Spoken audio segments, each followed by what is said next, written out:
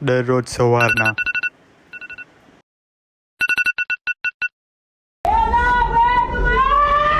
ઉઠો અને નાહી ધોઈને તૈયાર થઈ ગયો અને તુષારે શીખાયું તેમ તુલસીમાં પાણી નાખ્યું ને પછી નાસ્તો કરવા બેઠો. પછી આ નાસ્તો જોઈને ખાવાની ઈચ્છા નહીં થઈ, મમ્મીને બીજું બનાવી આપ એમ કહેવા ગયો. પછી મમ્મીએ બહુ પ્યારથી કીધું કે ઘરનું ખાવાનું માં પ્રોટીન હોય એટલે ઘરનું ખાવાનું કીધું.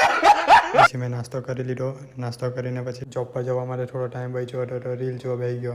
રીલ જોતા જોતા હવે સ્કિન કેરનું આવી ગયું. તો સ્કિન કેર કરવાની ચૂલ મચી તો મેં પણ બરફ કાઢ્યો, તડકામાં નાખ્યો.